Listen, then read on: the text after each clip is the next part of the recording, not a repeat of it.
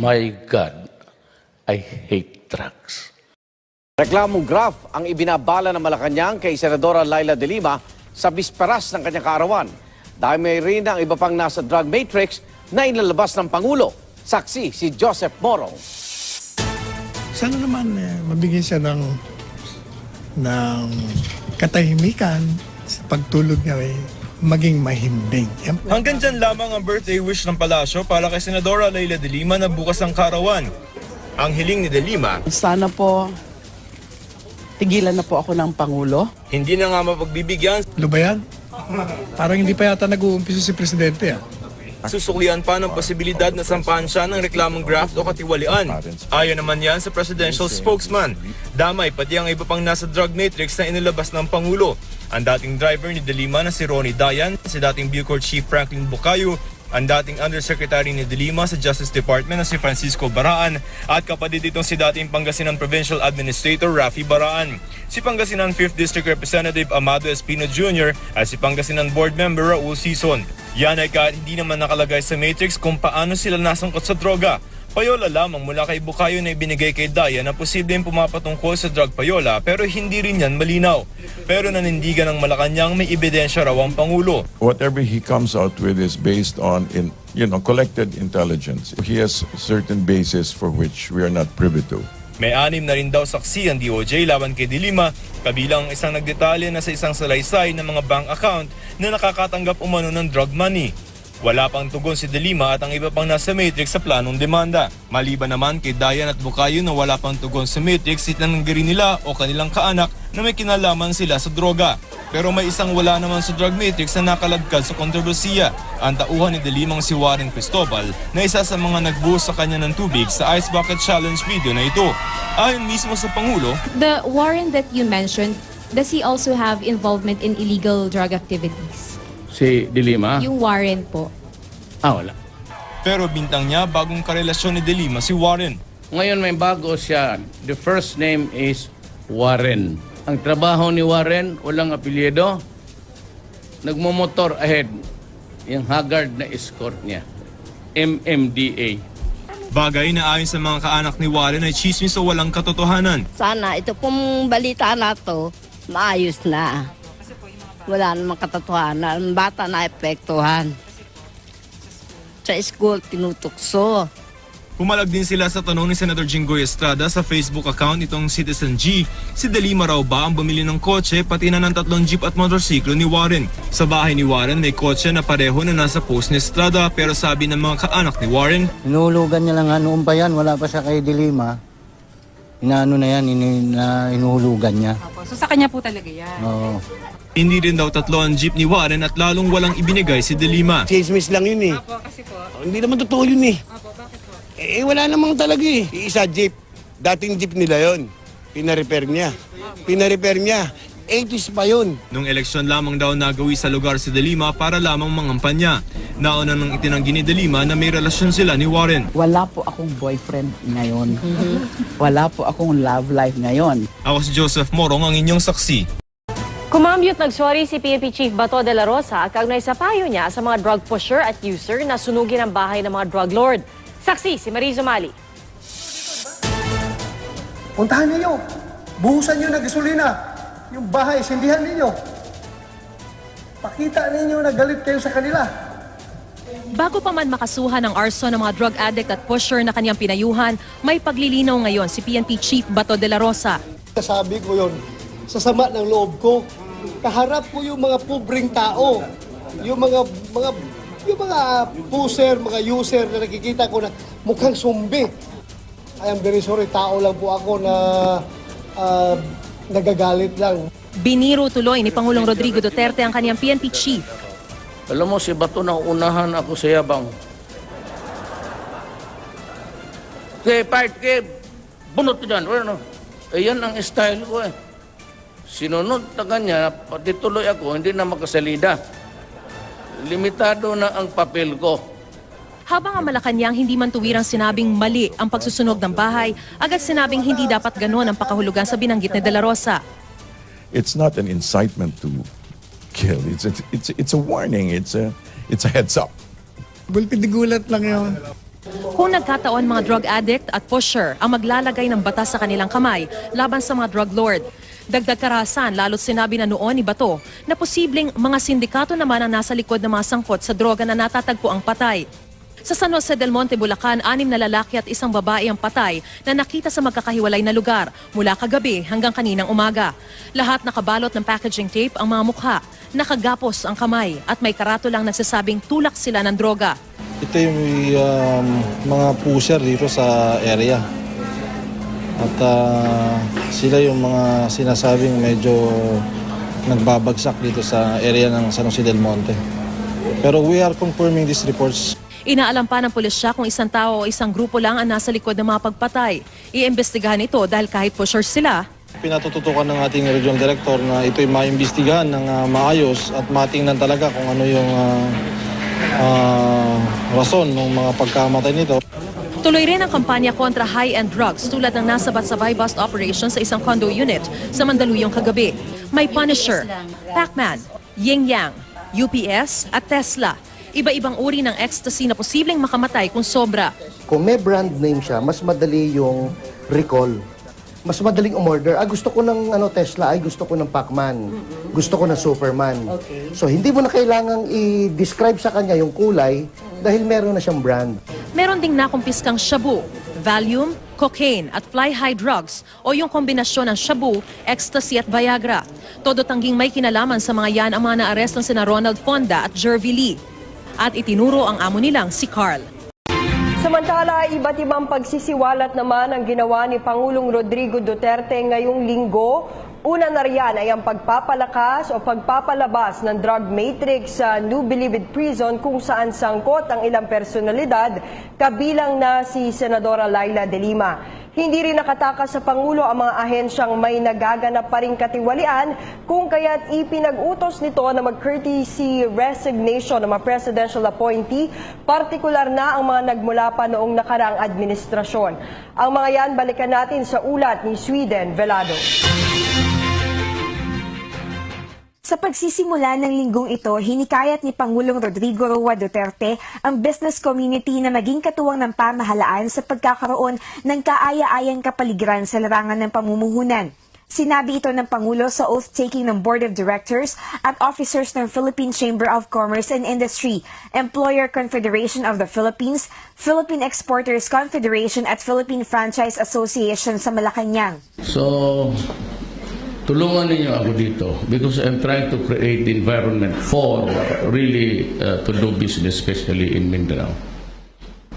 If perchance I could hit a deal with the left, we're halfway through. And maybe the indication that they are really willing to talk is they allowed their compatriots to join government service.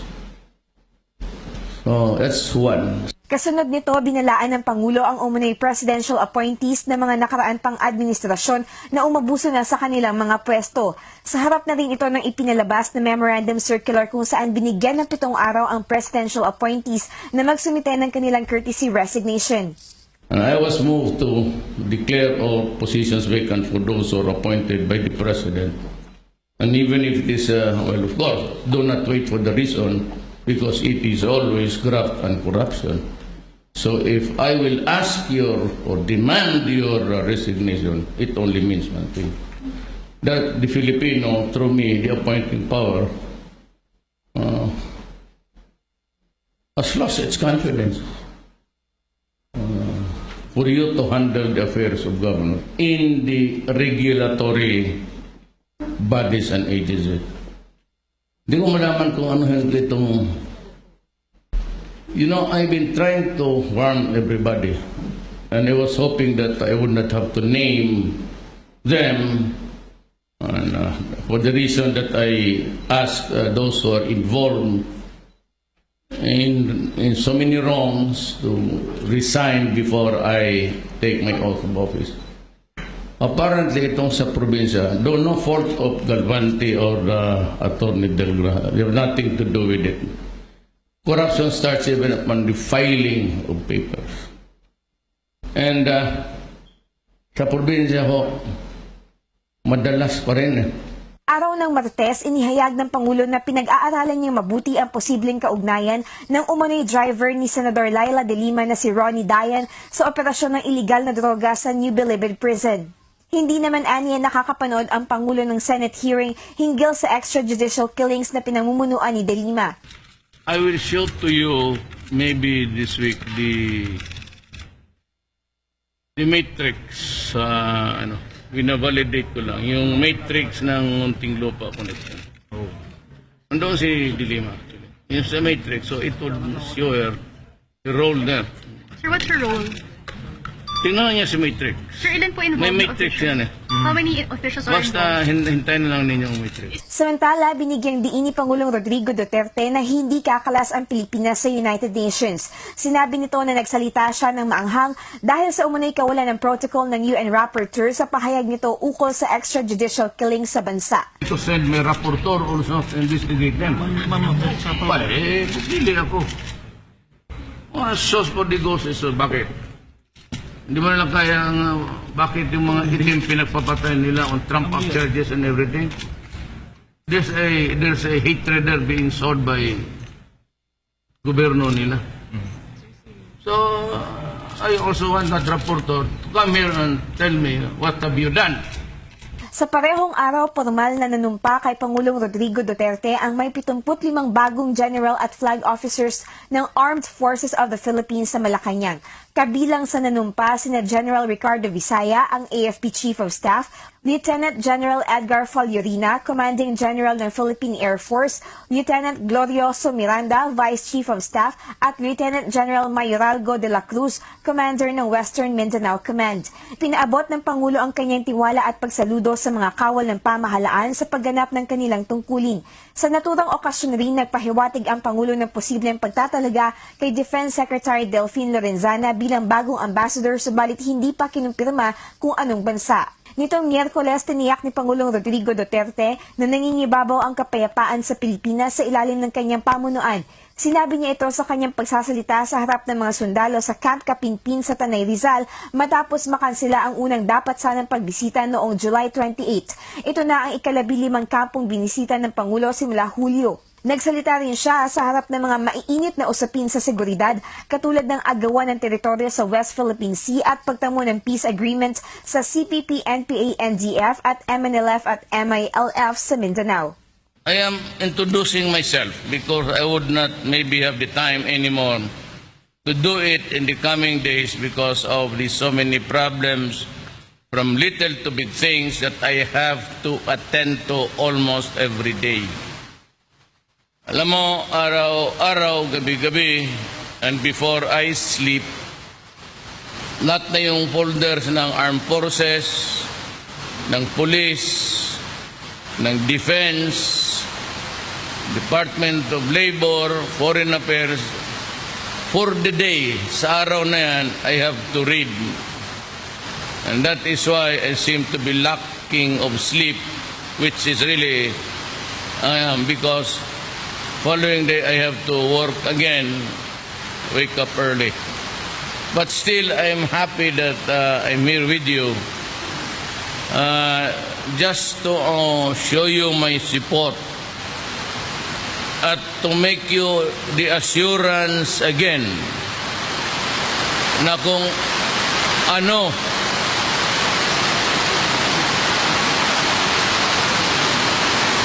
may kwarto ba tayo matulugan dyan?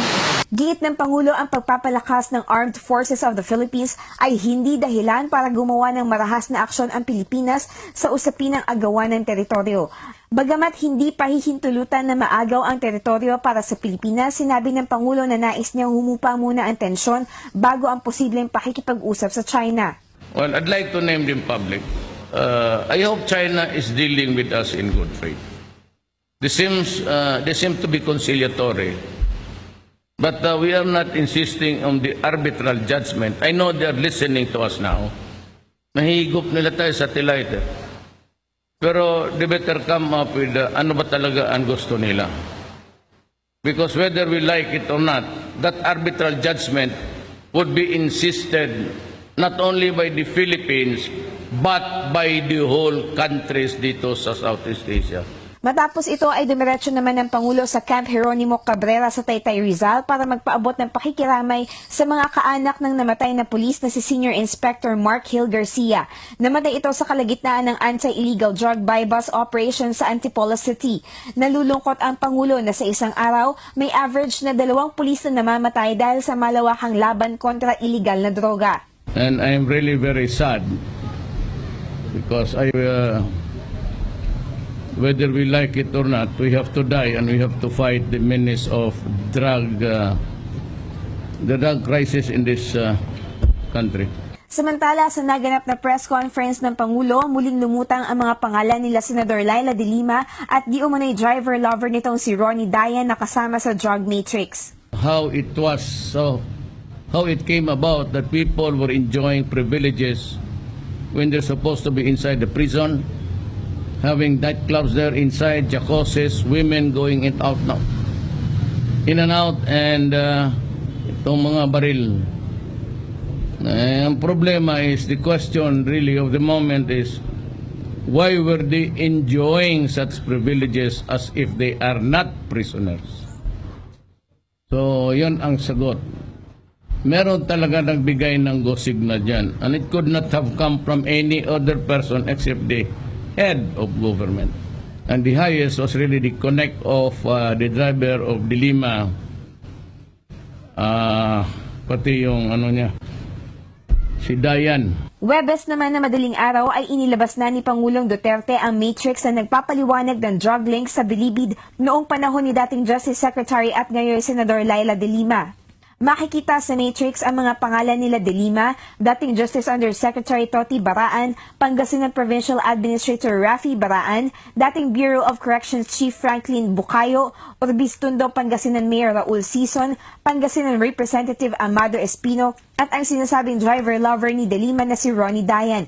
Sa nasabing matrix, ipinaliwanag ang pagkakaugnay-ugnay ni de Lima at ng 6 pang malalaking personalidad sa paglaganap ng kalakalan ng iligal na droga sa Bilibid.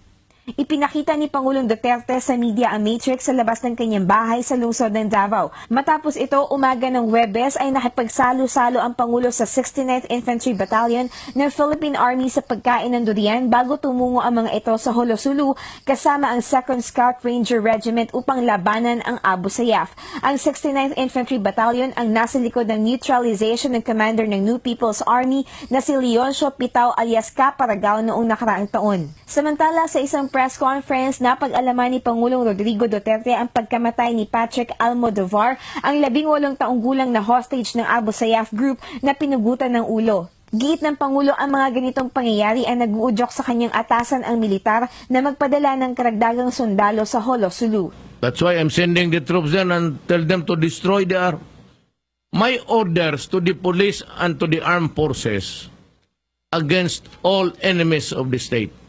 Seek them out in their layers, whatever, and destroy them. Ang mga droga, destroy them. Ang mga Abu Sayyaf, destroy them. Biyernes ay dumalo naman si Pangulong Duterte sa ika-10 anibersaryo ng Eastern Mindanao Command sa Naval Forces sa Panacan, Davao City. Magkakaroon din sa naturang pagdiriwang ng awarding sa mga outstanding Eastmancom personnel. Para sa PTV News, Sweden Velado. Nuhulugan niya. So sa kanya po talaga yan. Oo. Hindi rin daw tatlo ang jeep ni Warren at lalong walang ibinigay si De Lima. Chismis lang yun eh. Apo, kasi po. Hindi naman totoo yun eh. Apo, bakit po? Wala namang talaga eh. Isa jeep. Dating jeep nila yon. Pina-repair niya. 80s pa yun. Nung eleksyon lamang daw nagawi sa lugar si De Lima para lamang mangampanya.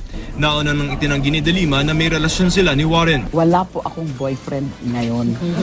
Wala po akong love life ngayon. Ako si Joseph Morong, ang inyong saksi.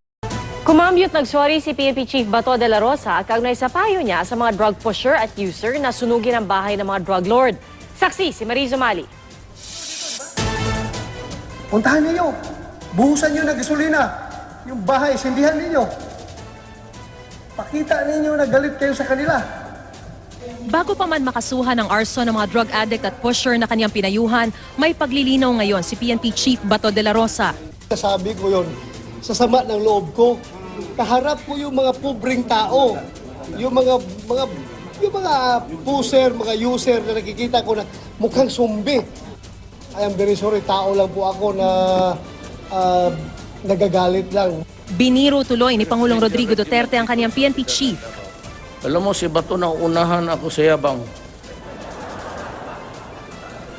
Kaya part kay bunot ko dyan. Ano? Ayan ang style ko eh. Sinunod na kanya, pati tuloy ako, hindi na makasalida. Limitado na ang papel ko. Habang ang Malacanang hindi man tuwirang sinabing mali ang pagsusunog ng bahay, agad sinabing hindi dapat ganoon ang pakahulugan sa binanggit ni De La Rosa. It's not an incitement to kill. It's a warning. It's a heads up. Gulpid-gulat lang yun. Kung nagkataon mga drug addict at pusher ang maglalagay ng batas sa kanilang kamay laban sa mga drug lord, dagdag karahasan lalo't sinabi na noon ni Bato na posibleng mga sindikato naman ang nasa likod ng mga sangkot sa droga na natatagpo ang patay. Sa San Jose del Monte, Bulacan, 6 na lalaki at 1 babae ang patay na nakita sa magkakahiwalay na lugar mula kagabi hanggang kaninang umaga. Lahat nakabalot ng packaging tape ang mga mukha, nakagapos ang kamay at may karato lang nagsasabing tulak sila ng droga. Ito yung mga pusher dito sa area. At sila yung mga sinasabing medyo nagbabagsak dito sa area ng San Jose del Monte. Pero we are confirming these reports. Inaalam pa ng pulisya kung isang tao o isang grupo lang ang nasa likod ng mga pagpatay. Iimbestigahan ito dahil kahit pushers sila, pinatututukan ng ating regional director na ito'y maimbestigahan ng maayos at matingnan talaga kung ano yung rason ng mga pagkamatay nito. tuloy rin ang kampanya kontra high-end drugs tulad ng nasabat sa buy-bust operation sa isang condo unit sa Mandaluyong kagabi. May Punisher, Pac-Man, Yin Yang, UPS at Tesla. Iba-ibang uri ng ecstasy na posibleng makamatay kung sobra. Kung may brand name siya, mas madali yung recall. Mas madaling umorder. Gusto ko ng Tesla.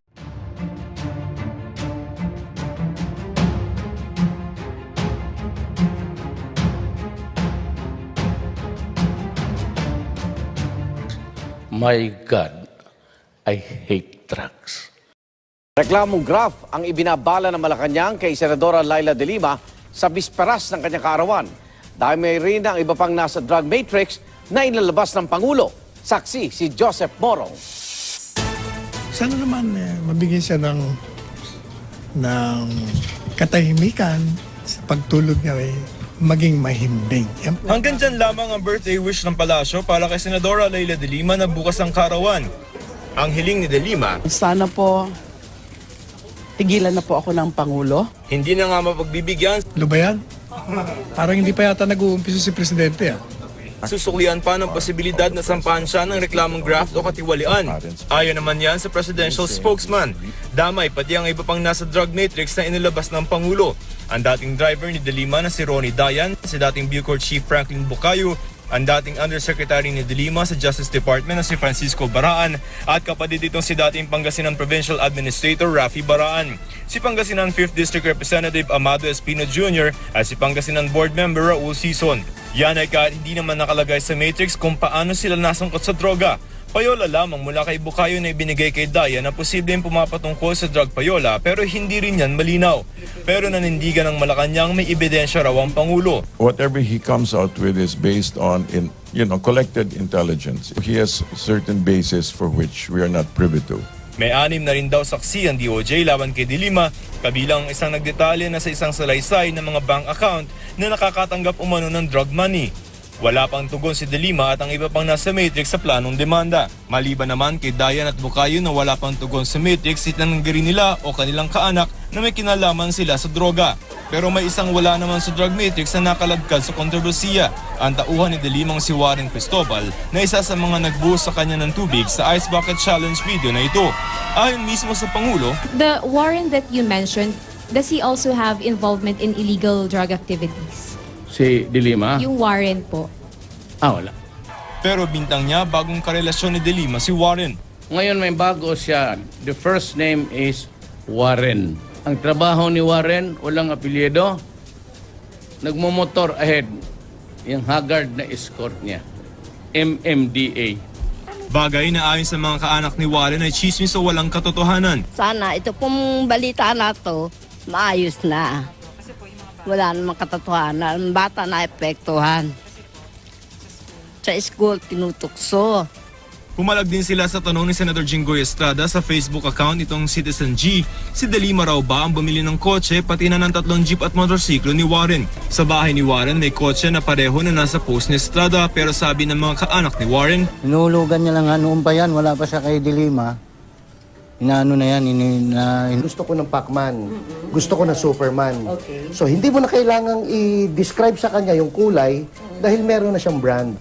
Meron ding nakumpiskang shabu, Valium, cocaine at fly-high drugs o yung kombinasyon ng shabu, ecstasy at Viagra.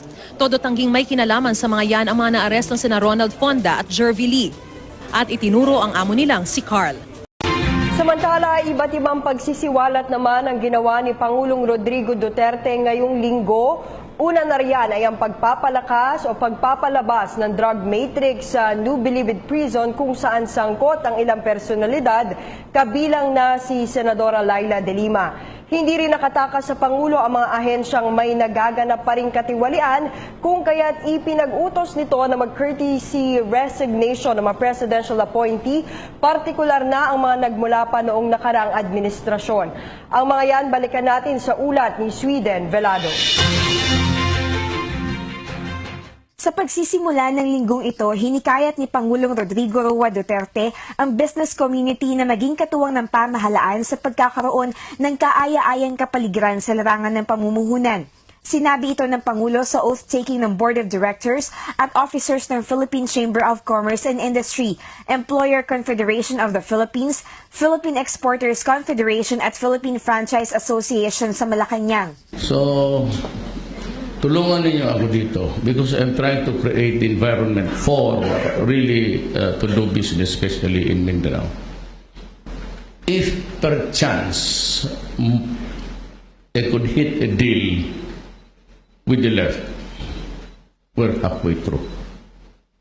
And maybe the indication that they are really willing to talk is they allowed their compatriots to join government service. So that's one. Kasunod nito, binalaan ng Pangulo ang umunay presidential appointees ng mga nakaraan pang administrasyon na umabuso na sa kanilang mga pwesto. Sa harap na rin ito ng ipinalabas na memorandum circular kung saan binigyan ng 7 araw ang presidential appointees na magsumite ng kanilang courtesy resignation. And I was moved to declare all positions vacant for those who are appointed by the President. And even if it is, well, of course, do not wait for the reason because it is always graft and corruption. So if I will ask or demand your resignation, it only means one thing. That the Filipino, through me, the appointing power, has lost its confidence for you to handle the affairs of government in the regulatory bodies and agencies. Hindi ko malaman kung ano itong... You know, I've been trying to warn everybody. And I was hoping that I would not have to name them and, for the reason that because I would not maybe have the time anymore to do it in the coming days because of the so many problems from little to big things that I have to attend to almost every day. Alam mo, araw-araw, gabi-gabi, and before I sleep, lahat na yung folders ng armed forces, ng police, ng defense, Department of Labor, Foreign Affairs, for the day, sa araw na yan, I have to read.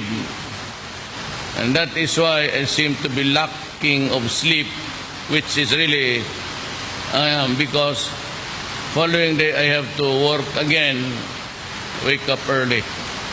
But still, I'm happy that I'm here with you just to show you my support at to make you the assurance again na kung ano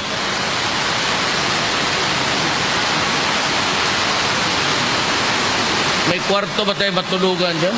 Giit ng Pangulo ang pagpapalakas ng Armed Forces of the Philippines ay hindi dahilan para gumawa ng marahas na aksyon ang Pilipinas sa usapin ng agawan ng teritoryo. Bagamat hindi pa hihintulutan na maagaw ang teritoryo para sa Pilipinas, sinabi ng Pangulo na nais niyang humupa muna ang tensyon bago ang posibleng pakikipag-usap sa China. Well, I'd like to name them public. I hope China is dealing with us in good faith.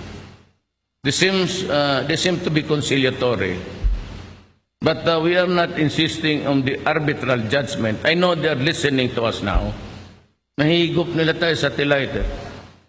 Pero they better come up with ano ba talaga ang gusto nila.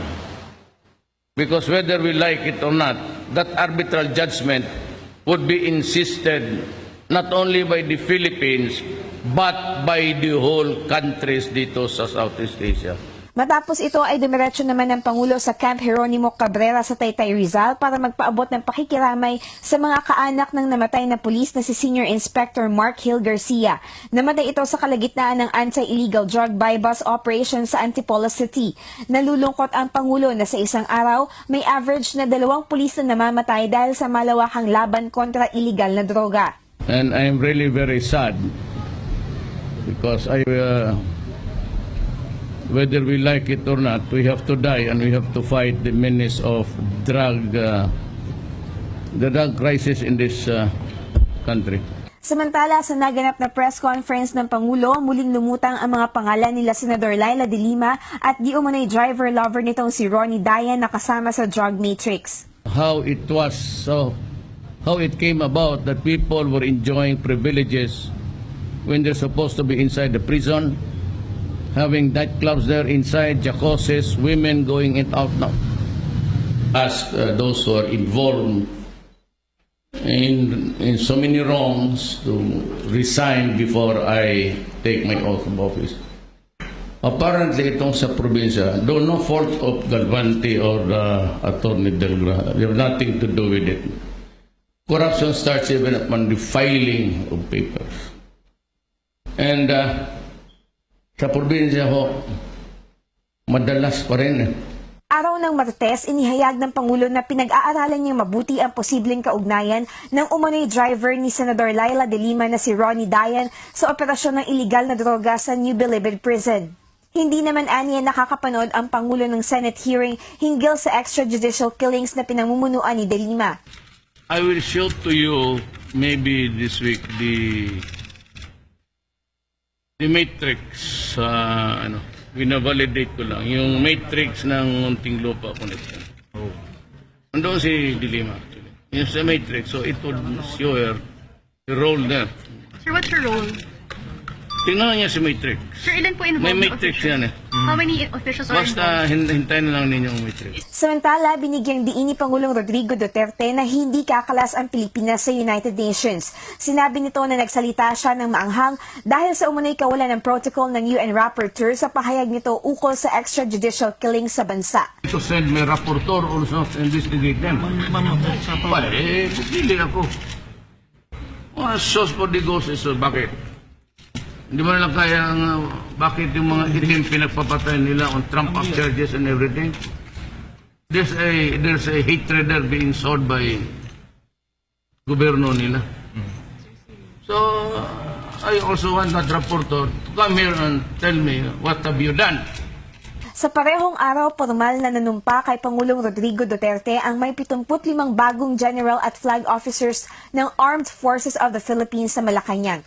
Kabilang sa nanumpa sina General Ricardo Visaya, ang AFP Chief of Staff, Lieutenant General Edgar Faljorina, Commanding General ng Philippine Air Force, Lieutenant Glorioso Miranda, Vice Chief of Staff, at Lieutenant General Mayoralgo de la Cruz, Commander ng Western Mindanao Command. Pinaabot ng Pangulo ang kanyang tiwala at pagsaludo sa mga kawal ng pamahalaan sa pagganap ng kanilang tungkulin. Sa naturang okasyon rin, nagpahiwatig ang Pangulo ng posibleng pagtatalaga kay Defense Secretary Delfin Lorenzana bilang bagong ambassador, subalit hindi pa kinumpirma kung anong bansa. Nitong Miyerkules, tiniyak ni Pangulong Rodrigo Duterte na nangingibabaw ang kapayapaan sa Pilipinas sa ilalim ng kanyang pamunuan. Sinabi niya ito sa kanyang pagsasalita sa harap ng mga sundalo sa Camp Kapinpin sa Tanay Rizal matapos makansela ang unang dapat sanang pagbisita noong July 28. Ito na ang ika-15 kampong binisita ng Pangulo simula Hulyo. Nagsalita rin siya sa harap ng mga maiinit na usapin sa seguridad katulad ng agawan ng teritoryo sa West Philippine Sea at pagtamo ng peace agreement sa CPP, NPA, NDF at MNLF at MILF sa Mindanao. I am introducing myself.